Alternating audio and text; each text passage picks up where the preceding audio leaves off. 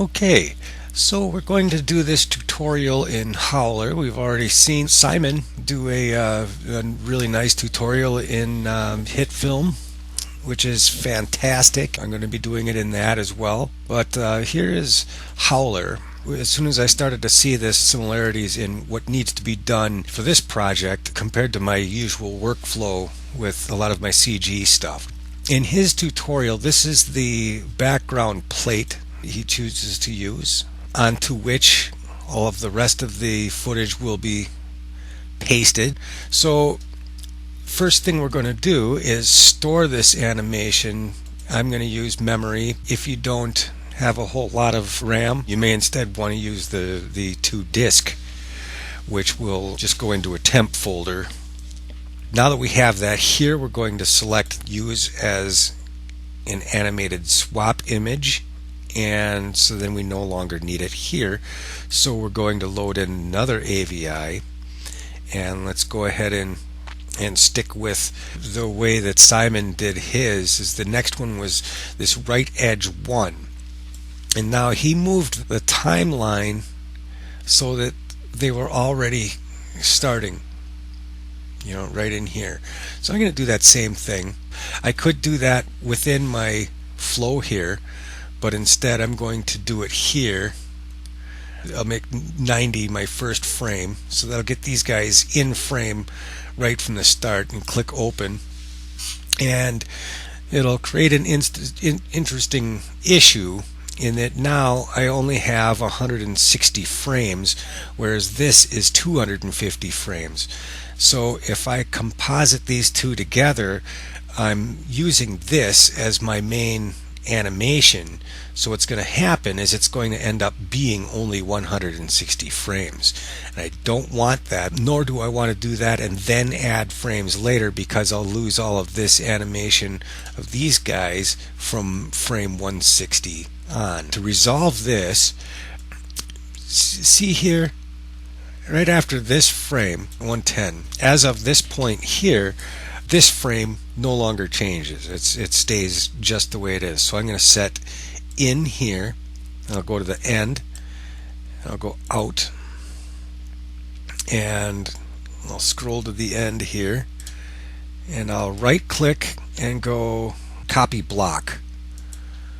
Okay, and now with this last frame selected, I'll right click on it again and go insert before current frame. And I didn't mean to insert just a single thing. I meant to insert block before current frame. And now if you look down in the lower left here, you'll see the frame number increase as it pastes those in there. You can use this plus and minus to add a frame and to subtract a frame. And if you click on add frame, what it'll do is take a stamp of the last image in the frame and add it to the end. Okay, so that brought us up to 211 frames in total. I want to get some more, so I'm going to do that again. Insert block before current frame, and we'll watch this number rise again. Computer stuff happening. A lot of pixels. A lot of pixels being pasted. What I'm looking for is to bring this number back up to exactly 250. If I go over, I'll subtract. If I'm just under, I'll hit plus. We'll get it to 250, and it looks like I've gone over. So now I can just back up to frame 251 and set in, and then I'll go to the very end and select out, and then I'll right click and go delete block, and now I've got 251 instead of 250, so I'll just subtract that at the very end. Okay, so now I have an animation. It's the same animation because, like I said, after frame 110 or so, the image doesn't change, and if it does, we didn't want it to. So there we go. We have that. Now, just like in the example, what we need to do is simply mask this off and combine it with this. In Howler, this is incredibly simple. I'm going to introduce to you the roto tool, or it's called the curve tool. Now the neat thing about the curve tool is that it has roto tools. This is where we can make animated shapes. I keep mine so that it's automatically on a curve, so that when I close the curve it rounds it off. If you want them to be point, you simply select that tool there and then you open it back up like that. Okay, but I'm going to start all over again, and what I'm going to do is, instead of selecting where these guys are, I'm just going to select where they aren't, and I'm going to put a couple of dots right in here. Just 4 is all I need, and that'll make a nice little circle there. Now I'm going to use my, actually right now I don't need my roto tools because this mask is not going to move. So I'm just going to select this right here, which says fill the curve, drawing it to the alpha channel, and select replace. Okay, now I can get rid of my curve tool, and I'm going to take this selection here and invert it, and then I'm going to blur it, and I'm going to crank that blur wide open. And now if I wanted it to blur more, I could just do that again. That's something that you cannot do in the roto tools. You get the Gaussian blur once and that's it. So that's where it's kind of nice. If you don't need your mask to move, don't make it move. So now I need this inverted once again. The reason that I inverted it first is because I want the blur going on in this direction, not this edge, because I need all of that detail. I'm going to invert my selection, and if you don't like that magenta overlay, you can just get rid of it right there. I usually don't use it, but in this particular situation I'm finding it immensely helpful. So now we have a selection, and we have a swap buffer and a main buffer. So I am going to combine the two by simply mixing the buffers. We have the alpha channel telling us what we want from this main buffer, and whatever is not in this main buffer in the alpha channel will come through from the swap buffer, which is right here. Uses animated swap image. Okay, so filter, combine with swap, mix buffers, crank this wide open, and now we see that our folks appear here. We'll click the animate and let it do its calculations, and this will be our first composite on this.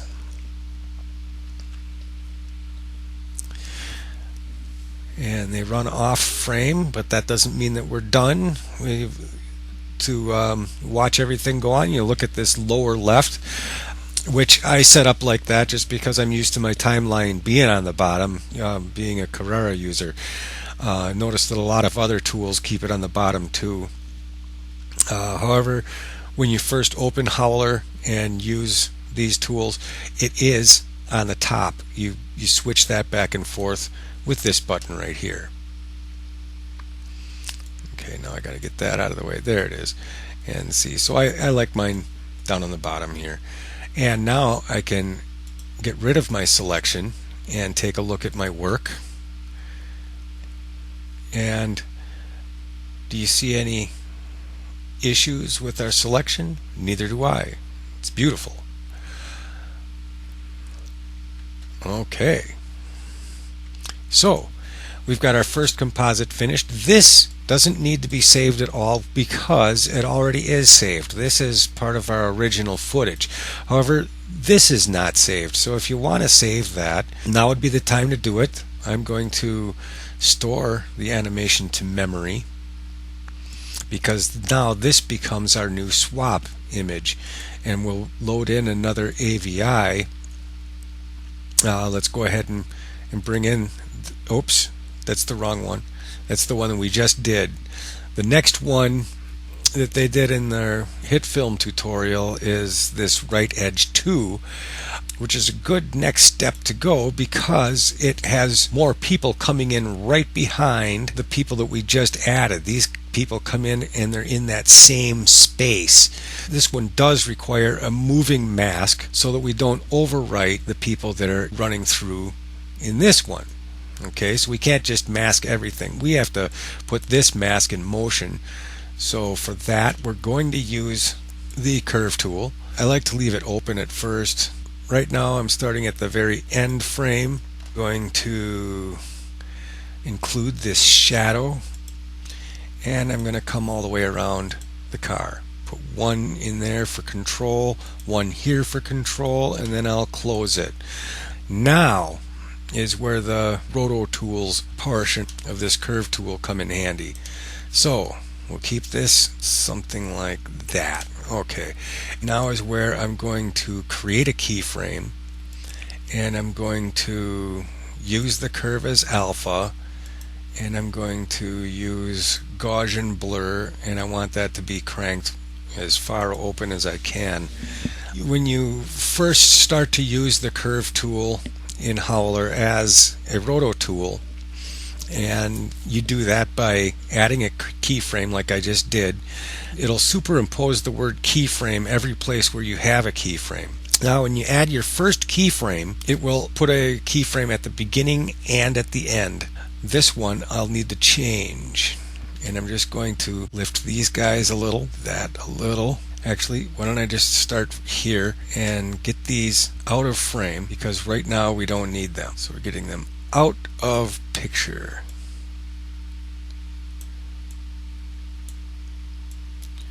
But we have all the dots that we need to get to this final result here.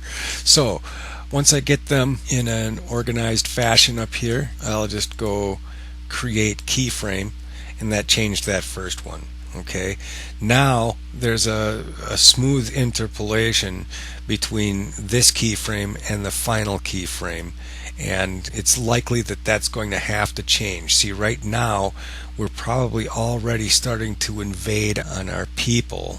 Let's see where we are about halfway through this swap image, and they're already gone.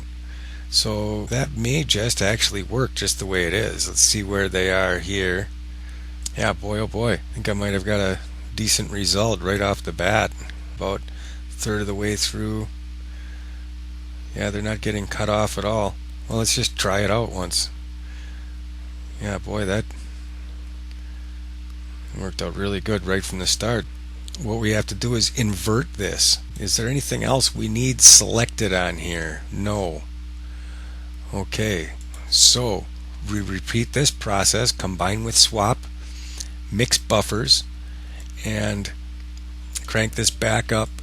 Even though this will be set to wide open, when you first open it up, if you don't see anybody there, don't panic. Once you have Howler do the calculations, they will appear there. But I always double check, because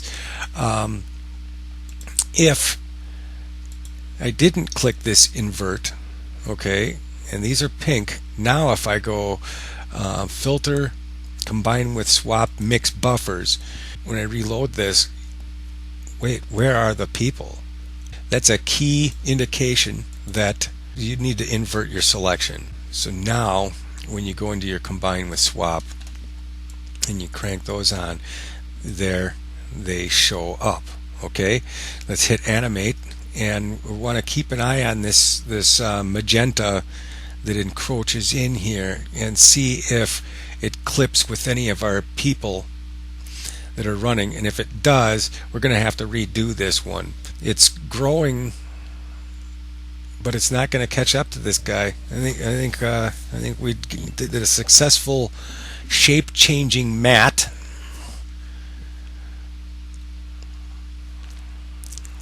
A very nice steady growth going on.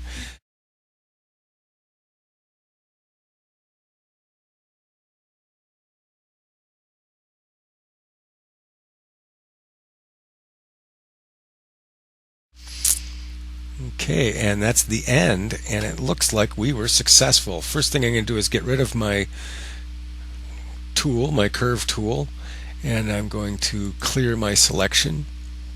Let's take a look. Oh, look at that. Oh, gee. Yeah, that looks nice. That looks really nice. Nice shadows. Yep. Okay. Great. You can save your animation as a DWA file.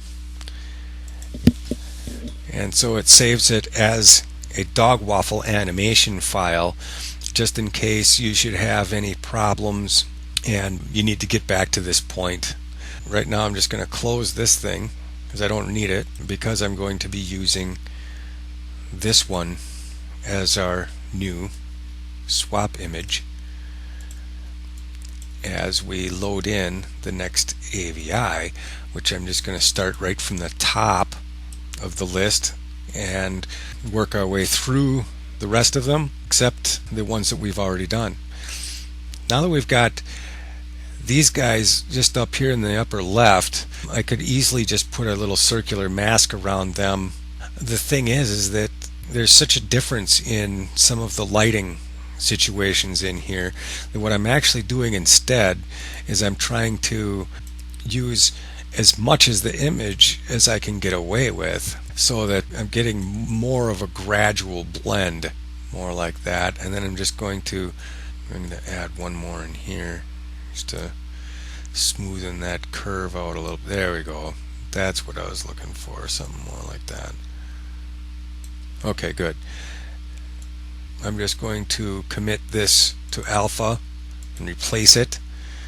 And I'm going to get rid of this curve tool, invert my selection, apply some Gaussian. I am going to combine with swap. Double check, make sure everybody's in there, make sure that I didn't get too far, and let's go ahead and zap that in there. But you see how nice and smooth this works. This nice painting tool with visual effects, and it has a whole slew of tools. We can turn this into an oil painting, an animated oil painting. We can add rain, we can add fog, we can add explosions, we can do anything we want, as long as, and if you don't have the footage to make these things, you can create them right within Howler with your paint brushes or effects. Oh boy, that is a fine composite. Yep, that's something a person can be proud of. So I am going to load the next one, and that one was barrels, and we already did the bottom left gang. So the next one is car engine. Bring that one in, and we'll combine it with our wonderful swap image we have here. Let's see, we didn't do the van people yet, so I'll just move that over there, bring it up like that, close this curve and see what we're at. It pays to scrub through these things too, but see how I'm actually taking a larger swath of image here. It just helps everything blend together better. So now I'm going to commit this to the alpha channel with a replace, so I can get rid of this, and I need to invert my selection again and blur it. And now that we have that, and we have the purple on the inside there, so we're ready for this.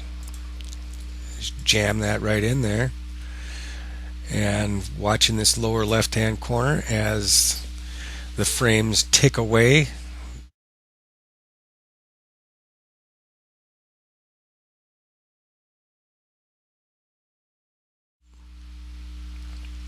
So let's clear this selection, have a look.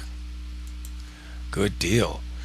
So we're going to save this as our fourth composite. Okay, so now that we've got that saved, we can get rid of this one and store this one to memory. Go ahead and bring in the next AVI, which would be the people in the middle. Just go ahead and bring in all frames. Now I'm investigating this one because I know that these are moving people and they're running on a track here, and they're running right past these people who are already in here, who are also moving. So I'm seeing that her hand comes out, and I don't want to cut that off with my mask, so I'm going to use that as a spot to start with my roto tool, and I'll go ahead and put a point right there. Then I'll capture this guy, come up here, bring this out and close it, and then I'm going to need to bring this in.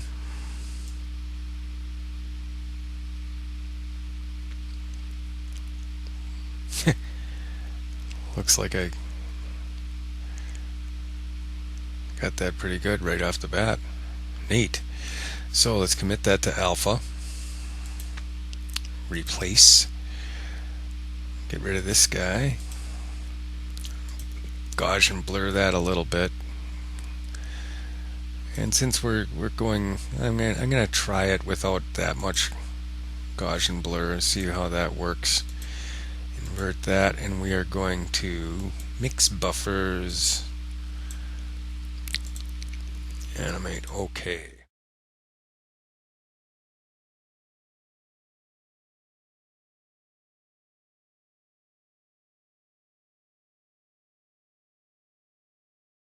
So let's clear that selection and play this back. Awesome. You know, with even that shorter amount of blur on the selection, I'm still not noticing any artifacts from color changes, so I'm happy with that. All right, save this as our fifth comp. Now I can get rid of this one, store this one to memory.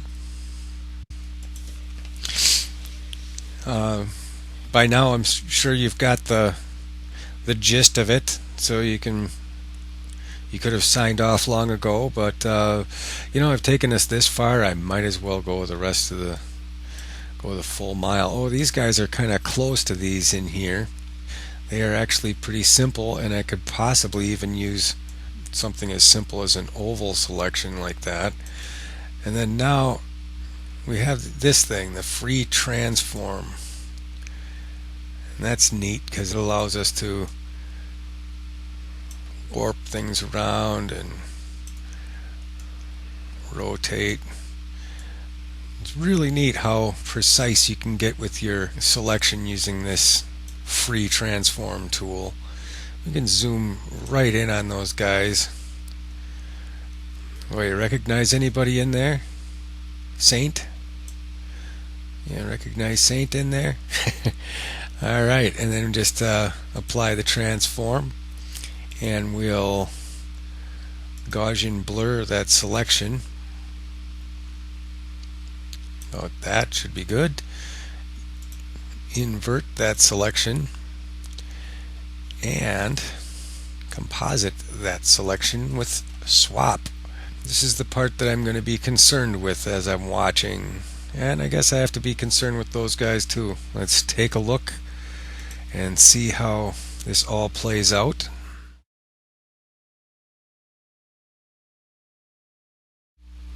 Yeah, it's turning out pretty nice, I think. Okay, now we store this one to memory, and load in the next AVI. See how really neat this is? The van guys. I think I'm going to stick with this curve tool. You see how that guy moves around again. He comes over there.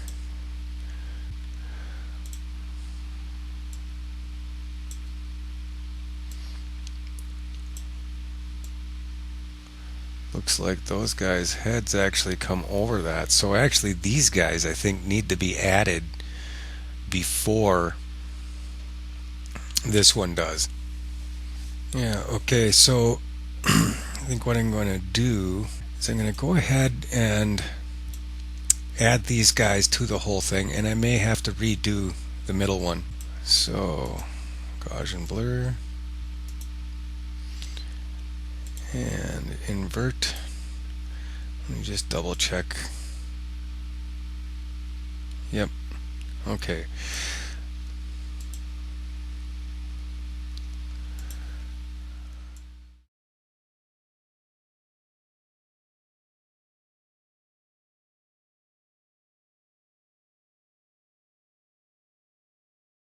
Yeah, that's too bad.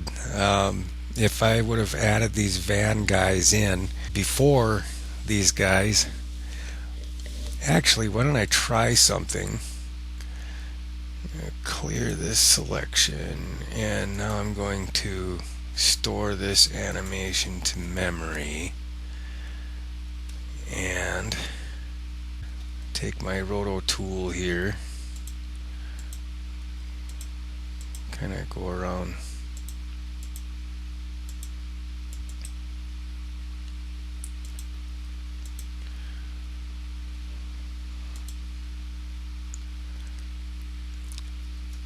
Okay, let me create a keyframe there.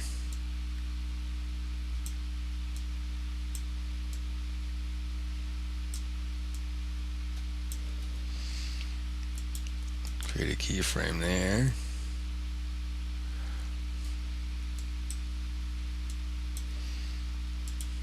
Create a keyframe there.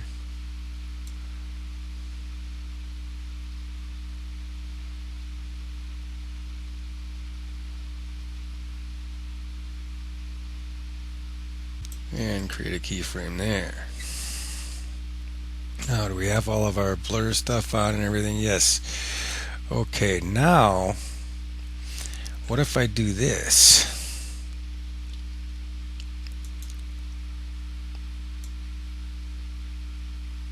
Ooh. Cancel. Actually, I think right here is where I want to do this. That's it. That's what I want to do. So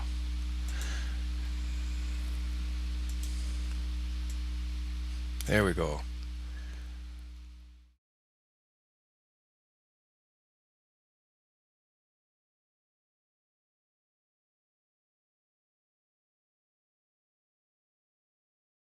Kind of undoing according to a specific selection by saving, copies of both sides, making sure to use the one that didn't have this edit in it yet. Let's see how that worked. Why not, huh? Oh, little cropping of his head there. Yeah, I think I can fix that.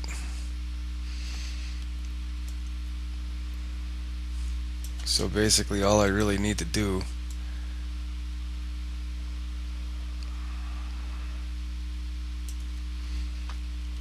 is a little thing like that.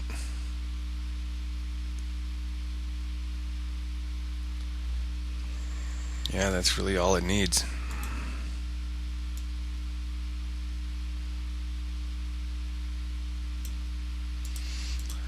Okay, and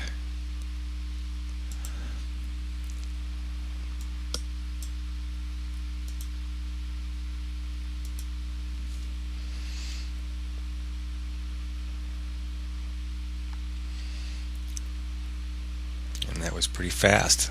Clear the selection. And we got his head back. We got all of it back. Yay, we ran across an issue and we fixed it. I'm going to go ahead and save this. I sure would hate to get this far and screw up. I'm pretty sure we only have one more to go, which is the yellow guy.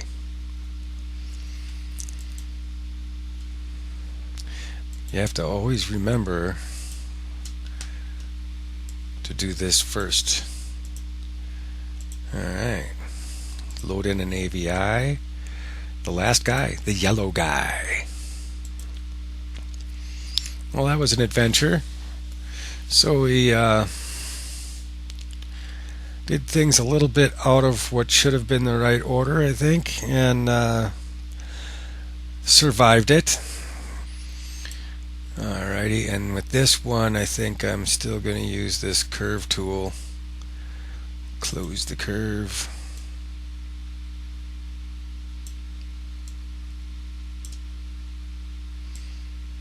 Tighten it up a little, even though I don't think we really need to tighten it on that end. I don't think there's anything really over here. But these guys, I don't want these guys running into it. Let's see if he clips it. He comes close enough to where I would like to bring this up a little bit more. And see, since I'm not adding keyframes at this point on this tool, I can add points whenever I want. It's once you click create keyframe where you can no longer add points. Okay, so let's just commit this to replace, and now I can get rid of this part and Gaussian blur this a little, just a little, should be good, and then invert it.